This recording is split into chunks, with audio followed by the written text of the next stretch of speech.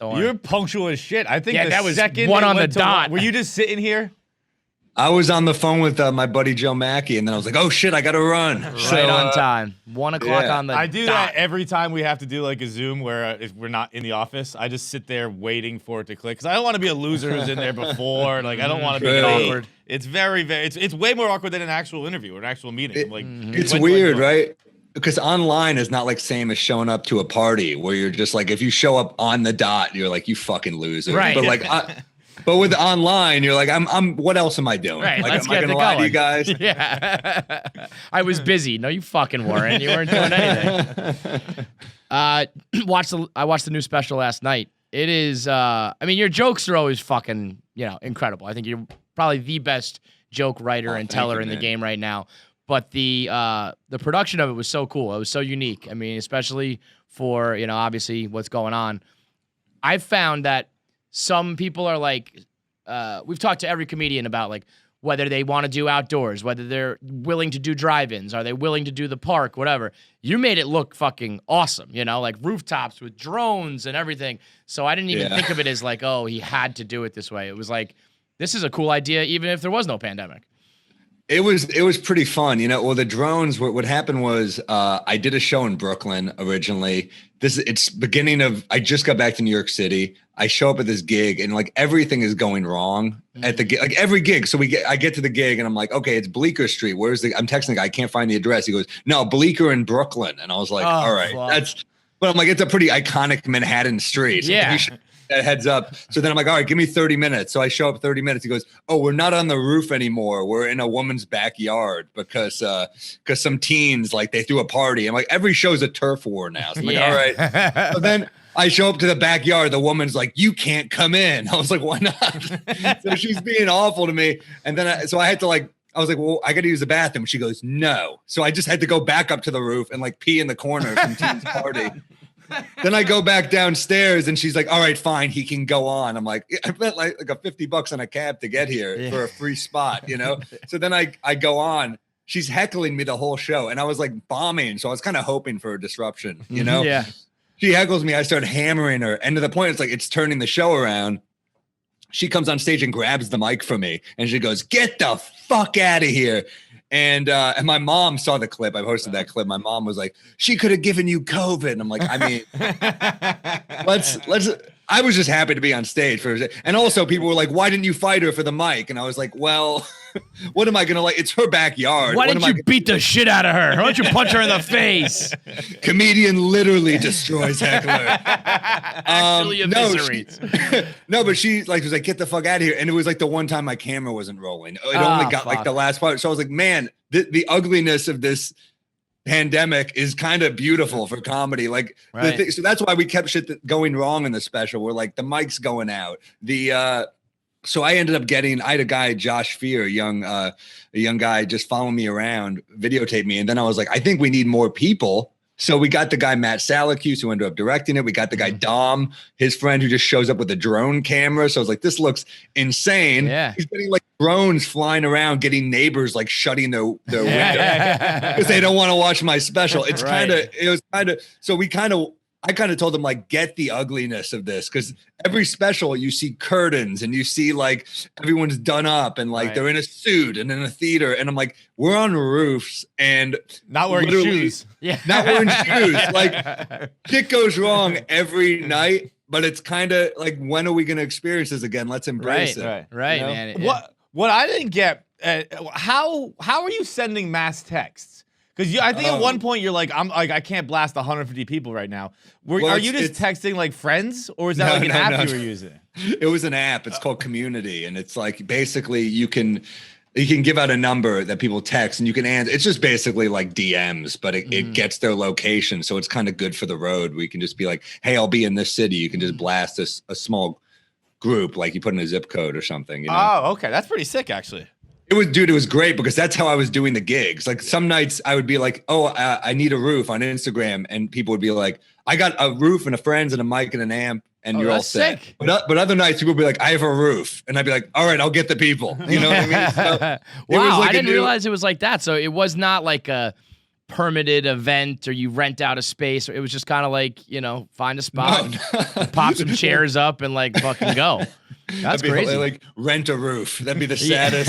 That's what comedy is right now. This is a roof renting website. No, I booked it. I booked it myself. All the things. Some of the gigs I had to be like, meet me at this roof. Sometimes we'd have to. There's a part where I say these aren't Hamilton tickets. You got to over invite because people will just bail. They're not like gonna just. They're like, oh yeah, I'm definitely going to the roof. So.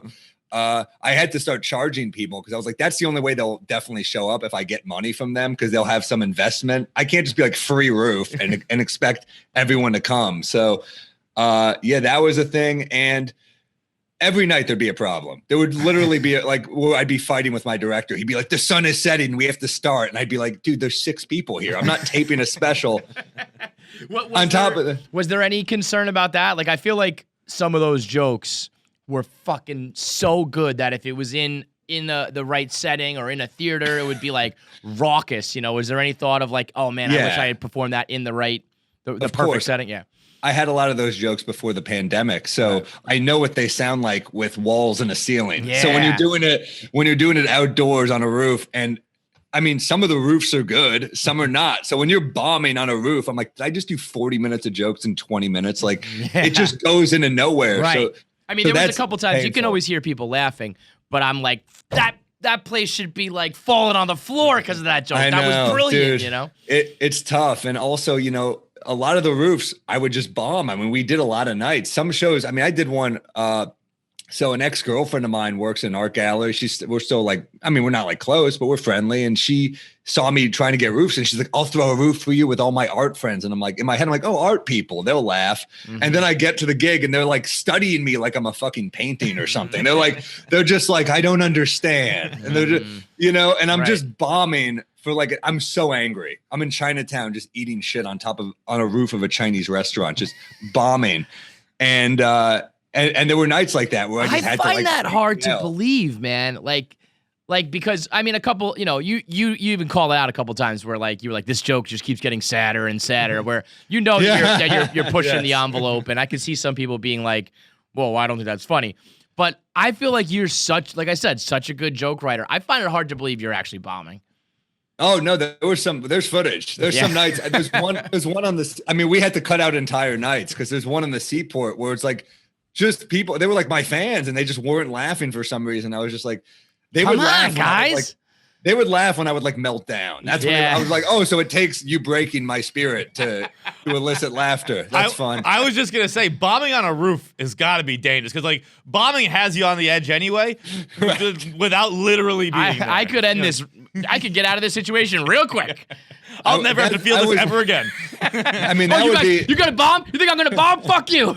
I'm putting this back on you. Imagine that. The crowd's like, well, we should have laughed. If I were to jump off a roof, I'd rather do it on like a showcase show where some comics got to follow me. Where it's like, oh fuck, I guess I got to go back into material. That is the best where you just snap on a crowd. And then I was talking to a comic about that the other day, but sometimes you just lose it and then you try to go back into material and it doesn't work at all. Where you're just like, fuck you. I fucking hate all of you. I hope you get AIDS. Anyway, dating's weird. And it's pretty tough. But I think so the roofs were a lot of riffing, a lot of improvising because you have to on a roof. It's not a showroom. And some of them were just weird environments. I mean, as you mentioned, the No Shoes show, the cops came to that show. We had to cut the cops out because we just were like, the cops are here, but we didn't get any footage of the cops. So it felt pretty lame. Like, what is this, Jaws? We're like, there's a shark somewhere.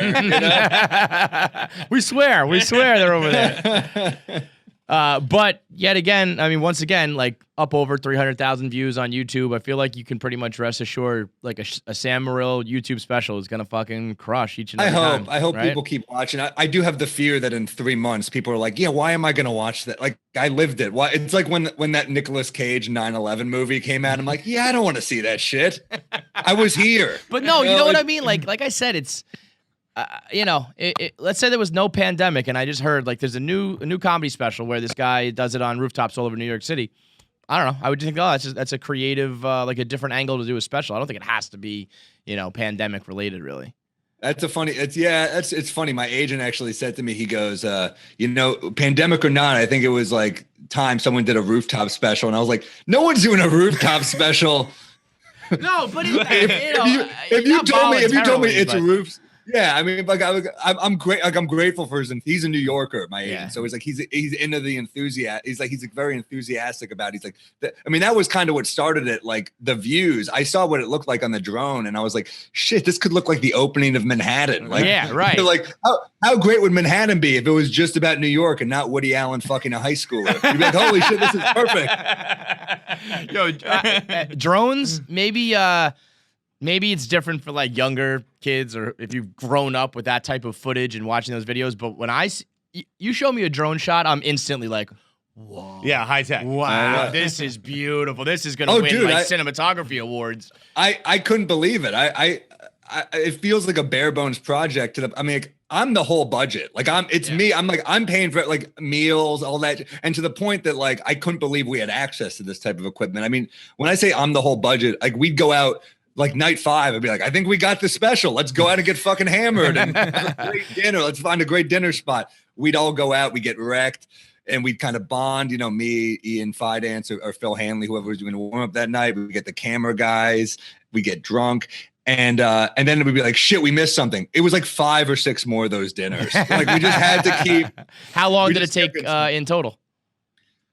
Probably like 10 shows because we only used 4 or 5. And there were like shots from other shows we used, but like where they'd be like, no, this is beautiful. You got to nail it. And I'm like, the crowd would give me nothing. And I'd be like, they're like, no, we can sweeten it. I'm like, you can't sweeten it. It's outdoors. Yeah, like, that's tough.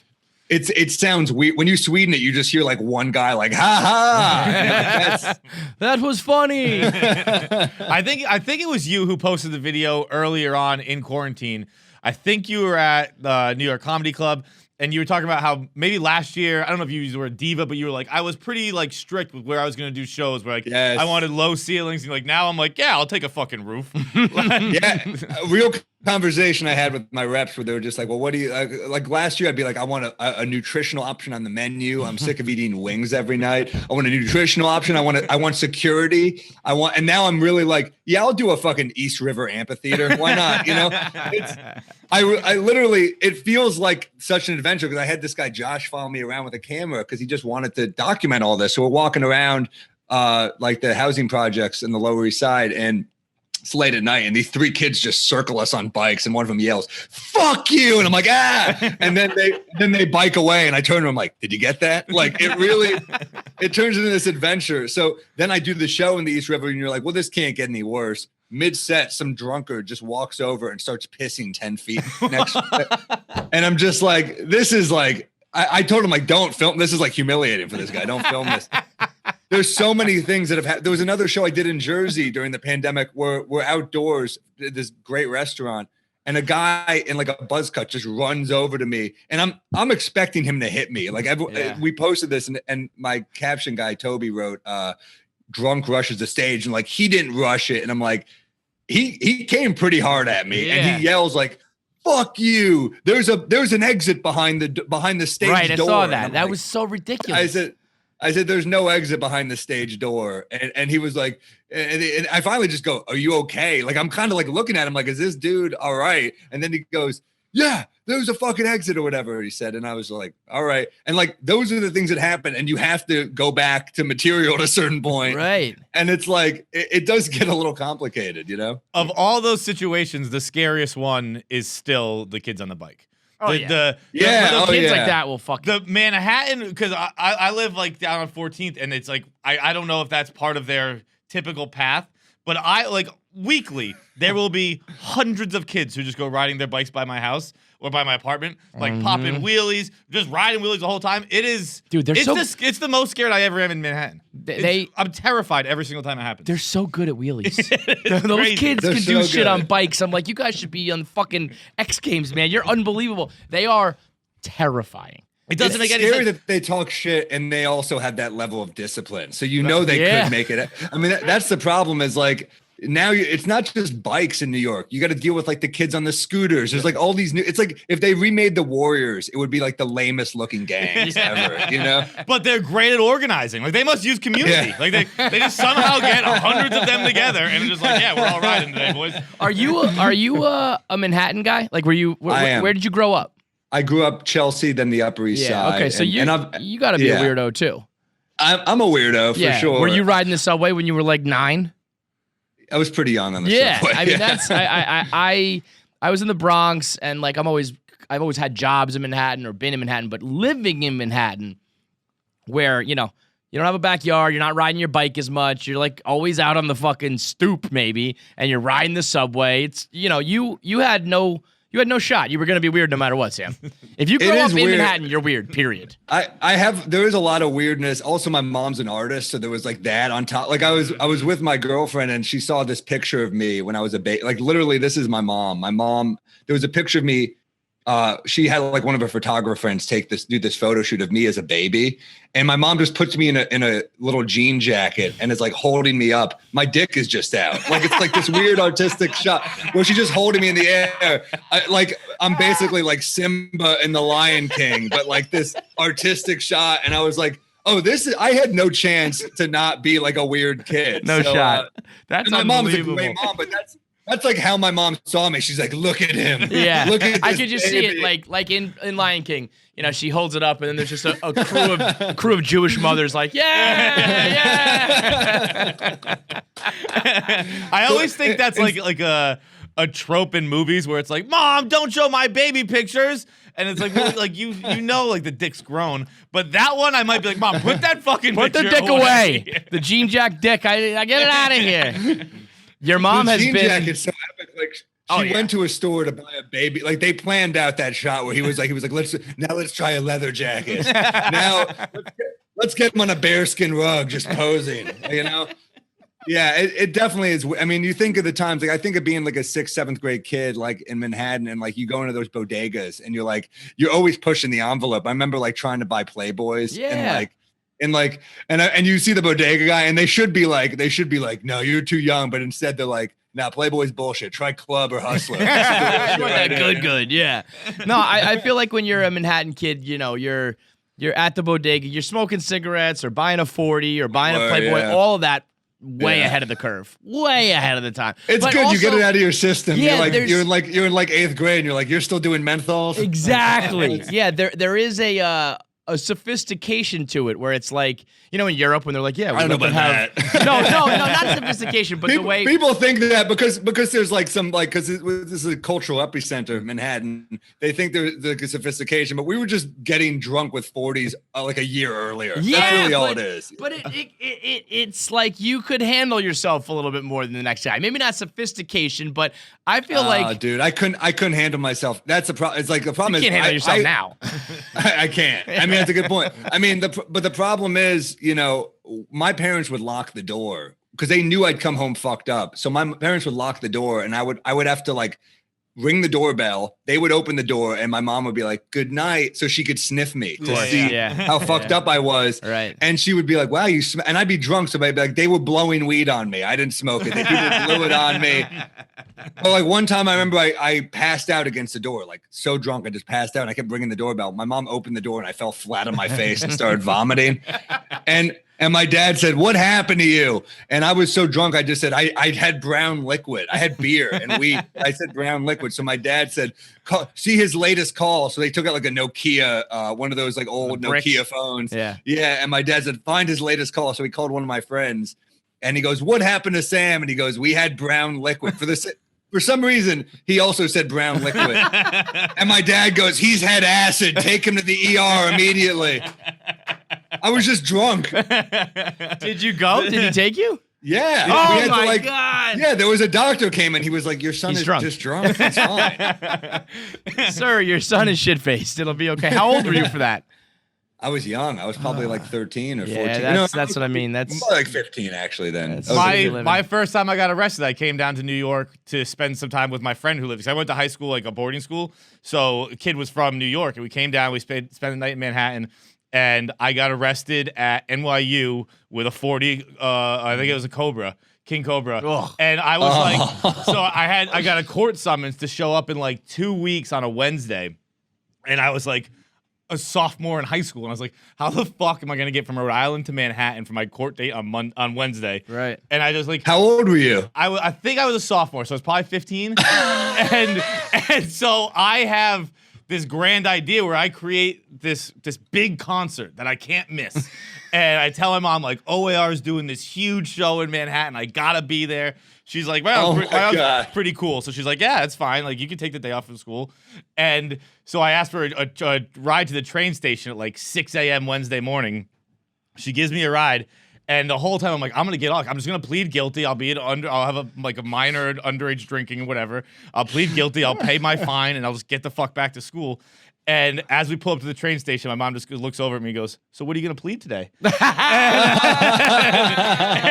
And then my uncle, who's a lawyer, opens the car door and is like, I'm coming with you. That's hilarious. I guess they'd sent like a summons home or something, sure. as they obviously would. Yeah. And I just thought the whole time that I was getting away, like she had no idea. That's incredible. Saved it for weeks. Were like, the cops really, I had that too. I remember, you have those friends who are like veteran drunks, even when you're a kid. And my friend Dan, he's actually a bartender at the Cellar now, but I grew up with Dan. And we used to go out drinking all the time. He was like a friend. I'd do 40s with him in the street. We'd have fake IDs, all that shit. And I remember Dan was such a jaded New Yorker. He was a year older than me. And we were walking down the street drinking beers, and the cops stopped us and made us fill out the summons. And Dan he's not even scared. He just keeps drinking. The cop goes, you can keep drinking now that we gave you a summons, because it's, you can't be in trouble for the same thing. And Dan goes, yeah, I know the rules. And he just keeps drinking casually. Those are like my friends when they were just like, we get it, officer. We know what happened. This is my first fucking ridiculous rodeo. That's absurd. When you're doing that at the age of like 14, there's something wrong, you know? It's just not natural, man. Yeah. Yeah, I know the rules. Thanks, dude. I've read the NYPD handbook, chapter 6. This is like my fifth time. You know, I'm a felon at this. Yeah, point. he's like citing double jeopardy. I'm like, I don't think that's for summons on the street. I think they could still. But all right. I had two cousins, the Jewish side of my family. Two cousins. They lived on Central Park West. They're big ritzy bougie family. They had a house in the Jersey Shore. And they called it the country house. Like, that's how they were so city that, like, Jersey was, like, the deep country. It's like they're just not normal when you come up around here, man. It's just a totally different experience. But I also feel like that's got to be, like, incredible for comedy, no? Yeah, I mean, I was going to clubs when I was in high school. I remember seeing Bill Burr at the comic strip and just being blown away, and seeing Dave Attell at Caroline's, Patton Oswalt at Caroline's. I mean, it was pretty damn special to see all those guys. And I remember, it's crazy. I saw Bill Burr at comic strip. Then like a couple years later, I was in college. He came down to my college, so I got to hang out with him a little bit. And then like another 8 years after that, we were just on a Conan episode together. And now I just know the guy. It's hilarious how time flies like that. But just seeing that level of comedy when you're young is it's pretty cool. I mean, I saw Attell just like, it was like Jedi level shit. Yeah. I mean, just seeing him work a crowd, it's good. Right? It's good. It's good. I mean, a lot of people come from other cities and they're like, this guy's incredible. But like, they're incredible in Topeka, you know? If you're in New York City, you're like, oh shit, Dave Attell is like the funniest guy in the world. It's crazy. I feel like there's also such a like brotherhood or whatever you want to call it, community, family in comedy. But like once you get past at a club or you like put out a special or you have some success, you're like in with these guys, right? I feel like there's a level of respect that it's like you all at least recognize each other. You're not best friends or anything, but it's like you'll get respect from all these guys that you may have grown up watching, because I feel like you've earned it at this point. Thank you, man. Yeah, I mean, a lot of the comics that I've always revered have always they turned out to be very generous. And I mean, once they shit on you, you feel good. You're like, oh shit, they like me. Like that, it's funny. It's like, I mean, like I remember one night I was at the Cellar and I was smoking a cigar on the steps with Mike Vecchione. It was my birthday. I was like, I'm gonna have a birthday cigar. And Attell comes out of nowhere and he taps me on the shoulder and he goes, hey Sam, you had a good set. but it wasn't that good. It was a cigar on the stoop. Wasn't cigar on the stoop good. So like whenever they shit on you, or like it's pretty cool when they shit on you. You're like, all right, I feel like that's how they show you they like you. Like it's like a kid in the it's like when you're like 3 and you push a girl off the seesaws and they're like, he likes you, you know? Right. Yeah, if comics are I feel like if comics are nice to you, it's like, oh yikes, you fucking stink, dude. You bomb. Yeah. Nothing worse than a comic going, hey buddy. You're like, oh my God, what did I do? Oh yeah. Am I about to get Me Too'd? What happened? Is this something you always wanted to do? Like, all right, so here's the question.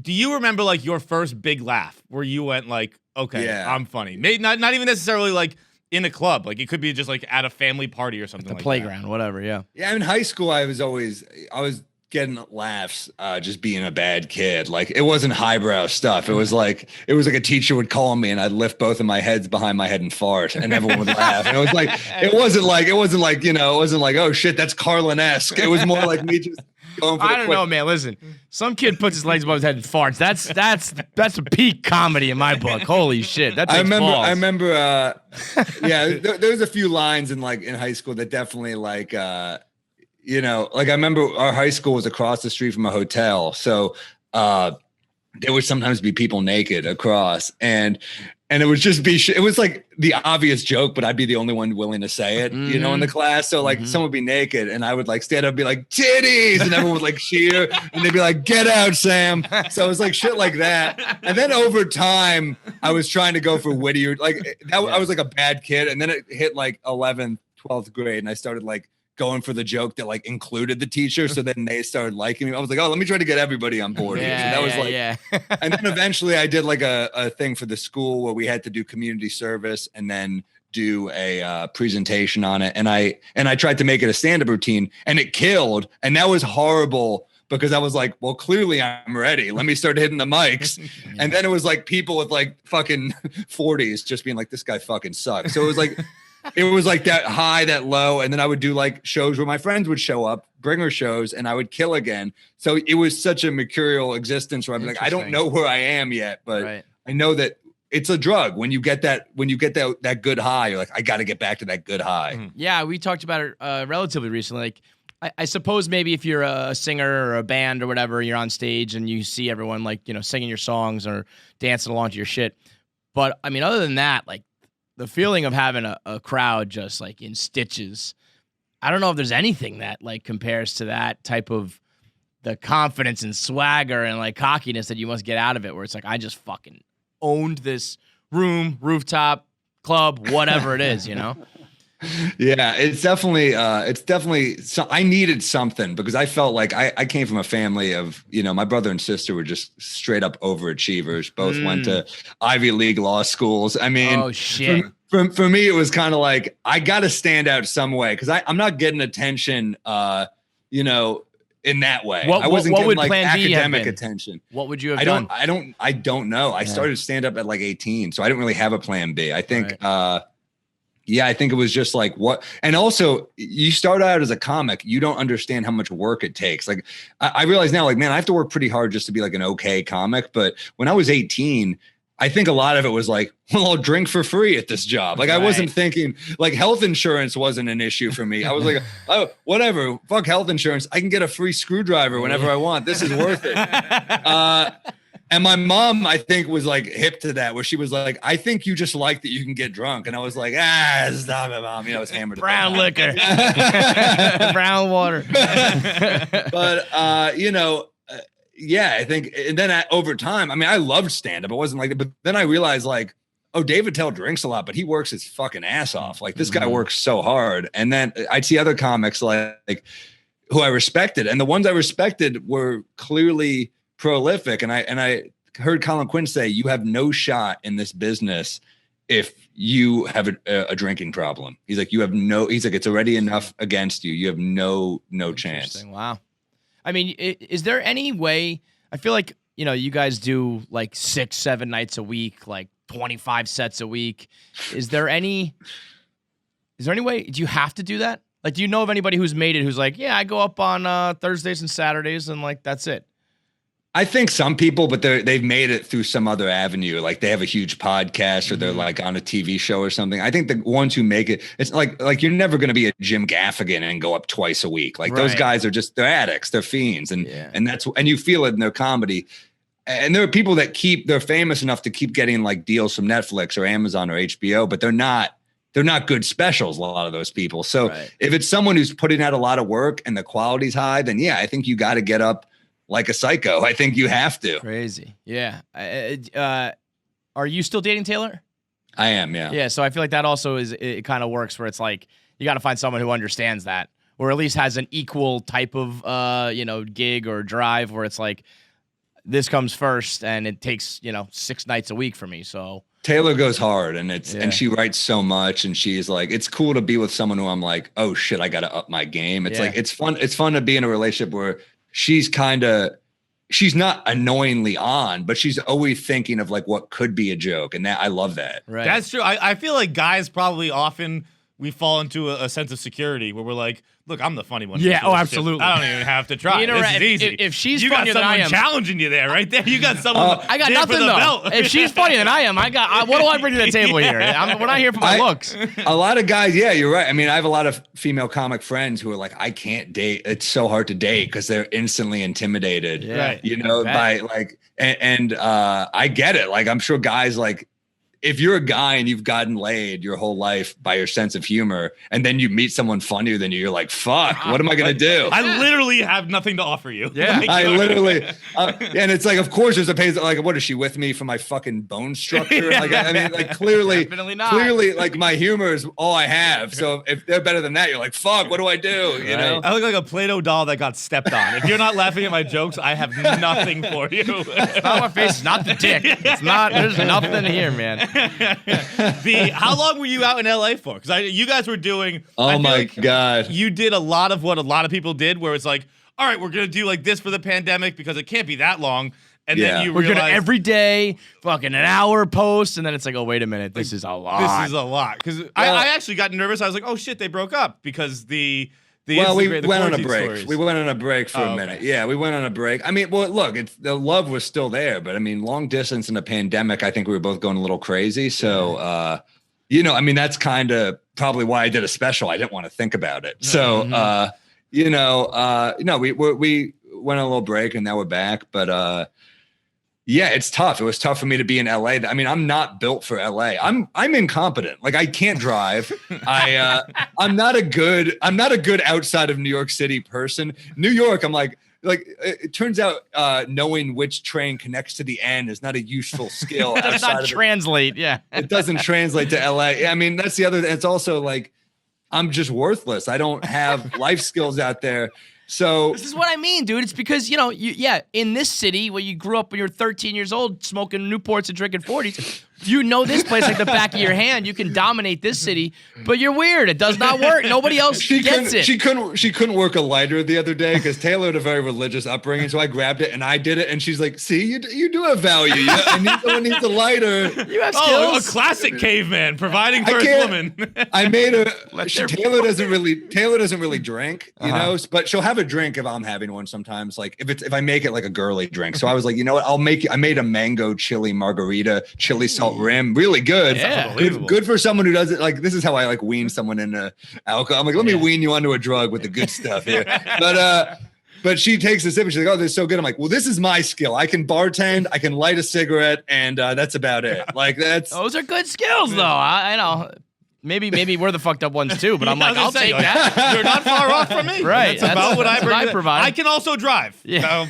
So we got you there. She let me drive once, and she was like, "This will never happen again." She has friends in LA who have gotten in like car crashes who can drive. So I can't imagine how much she worries about me. Same with my mom. I literally Taylor and my mom worry about me in a way I've never. I mean, my mom was a single mom for a few years, so it was really like me and her against the world. And I think Taylor has that same thing. Like, please be. I'm with Taylor, and my mom calls me and say, "Oh, mom, I gotta call you back. We just ordered food and it's here." And she goes, "And you have a system for getting the food that's COVID safe?" I'm like, "Yeah, we figured it out, mom. I don't know if you've read any Seamless, any website. They leave it outside your door.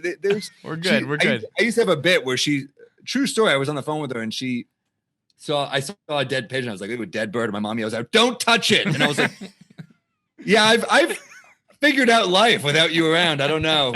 Dude, did you see? Don't touch it. We had a guy here who was he went out to the bodega on his way back to his apartment. Oh my God! A fucking lynched rat, like tied up with like a cord or something, right? It was like a string of some sort. I'm gonna put the picture up here. It's the most disturbing picture. Oh no! I've ever seen. Just was it auto? Was it what? Erotic asphyxiation or what happened? Yeah, I think this was a kinky rat. I think it was. I was just trying to get off. He's just ever so gently swaying in the breeze, and it's just this rat who has been hanged. And I'm like, yeah, you're not gonna see this. Literally, some guy run out. No, mini David Carradine. No. Oh my God! What the fuck? It's just he said he almost walked into it, like he was looking down on his phone. Oh, like a rat against. That's the other face. dude. That's the rats in the city. It's like it is a bigger problem than people talk about.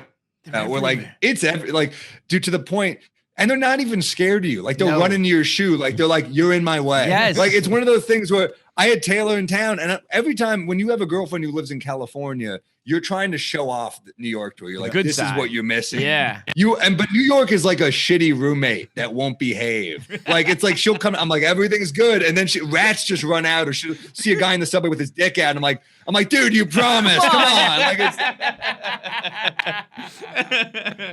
dude, there's the I was just reading an article. I think it was in the Post yesterday about a Chipotle. I want to say it's on the Upper East Side that they had to close because the rats won't stop attacking the employees. like 4 employees have been bitten, and it's just like we're not coming to work anymore, man. Like you gotta get this fucking problem under control. Rats. That's so New York that we just bend to the rats. So like the rats won't allow this. We're sorry. Yeah. I used to live in a block with like. It took if 4 you live of in a them. block with a lot. If you live in a block with a lot of restaurants, you're just gonna have rats. Right. Like Yeah. it's disgusting. Can you imagine, I remember like Chipotle getting Chipotle corporate getting a call being like, we had to shut down the East Side branch. Like, why? Well, the rats. You know, the rats overcame us. Like, oh, okay. I guess there goes that business. It's such a. I mean, think about that job of like. Your job is to dispose of rats. Like you're a garbage man in the city. That's a shit. I know they pay all right, but it's like it's a shitty job, Now man. you're fighting just against the rats. Exterminators, and you can't big. exterminate. No, exactly. You can't, dude. They're getting big. You see these? I think it was in like South Africa or something. There's like giant rats now, and I'm like, oh, that's like they're talking about like murder hornets. I'm like, I'm okay with murder hornets. Just keep those fucking dog-sized rats away from me. That's a problem, dude. My favorite joke of the new special. It's so fucking accurate. Wait, before we tell you, I want to. Is it weird to ask you what yours is? I feel like that's like almost asking a parent what their favorite kid is. Well, I mean, I like the closer because it's like it took a while to kind of figure out, and because it was a wacky night, and so I mean, I love having a story come together. But then, for like straight up bits, I love the joke about my biological father who was petting a cat the first time I met him, and he told me, he goes, I rescued her and I nursed her back to health, and I go, huh? So you did have it in you. That was one of my favorites. Because that one hits home for you, I think. Yeah. It's just fun. It's fun to turn something that was like, oh, that hurt for a second, and now it's funny. Yeah. So I like those. I think the butthole joke is pretty fun too, because I like a butthole joke that makes fun of homophobia and also throws in a Broadway musical reference. That was a real New York. It's perfection, dude. I was watching it probably last week, the special, and I texted Kevin in the middle. I was like, this is the joke Sam just told, and it is 10 out of 10. That one was so fun. I was the execution, the comparison, like, because it's exactly how I feel about Broadway. It's like, wow, this is actually awesome. I was gonna say, I should have given it a shot a long time ago. As someone who loves a good show, and an occasional finger in the butt, I was like, it's perfect. It's so accurate. When you write that, like, do you remember the moment where like you were sitting in your apartment and that strikes you or whatever, and you've got gold? Is it something like that? Yeah. Or is it? Yeah. Well, it kept kind of coming. Where the first one was, I think it was like, oh, the butthole is like what people will say that a finger in the butt is gay. So immediately I was like, oh, well, that's like in my head, it's like it's a homophobic statement. But I thought that was kind of funny because I'm like, oh, maybe I'm a little gay. I don't fucking know. Right. maybe we're all a little gay because like they say that the G spot for men is in the butt. So let's examine that. Go with that. Then I started saying, so I was like, what's a good analogy? And I was like, oh yeah, you get called gay too if you like Broadway if you're a kid, but I like Broadway. I don't know what to tell you. And then so I started breaking down like the butthole's like a Broadway show. You know, gays talk about the most, but if you're a straight guy and you never go, you're missing out. So it just kept going. There's layers to it that just every single step of the way is so fucking true. I mean, I remember like, you know, seeing musicals as a kid and being like, when you're really young, you're like, oh, this is uncool. But then I got a little older and I was like, this is amazing. Fuck, man, Les Mis is deep. Yeah, it's fucking great. Right. But like, hey, you know, my mom took me to see Cats when I was a little kid. Like my mom always wanted me to see Broadway. That was like her thing. She's like, this is important. I'm from a very similar family, but Cats is the only one we walked out of. The only we really? We left it at intermission. We were like, it's so weird. It's weird. But I did not care for Cats. But I was a little, I mean, now they have musicals that are actually like good for kids. Like that was just like the only kids one at the time. Now they have like, you know, Mean Girls. Oh yeah. I mean, I didn't see that. I love the movie. Which, Mean Girls was great. I saw it on Broadway. It was fantastic. Yeah.